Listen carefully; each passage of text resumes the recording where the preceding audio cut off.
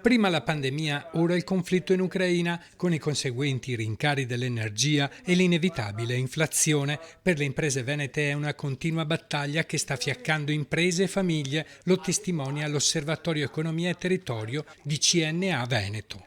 Continua a essere un momento difficile perché siamo passati dalla difficoltà legate al Covid qualche tempo fa alle ulteriori problematiche sorte per l'aumento dei prezzi dell'energia soprattutto, ma non solo, adesso anche dell'inflazione che è legata anche a questo. L'ultimo dato dell'Istat di ottobre 2022 dà un aumento dell'inflazione in Veneto di quasi il 12%, trascinato ovviamente dai beni energetici del 55% e anche dai beni alimentari il 15%.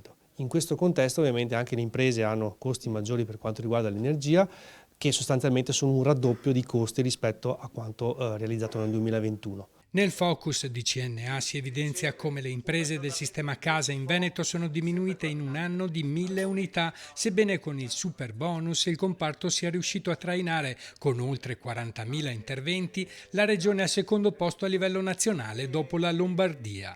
I lavori conclusi superano i 4 miliardi di euro. I cambiamenti di rotta del governo sul super bonus però non giovano.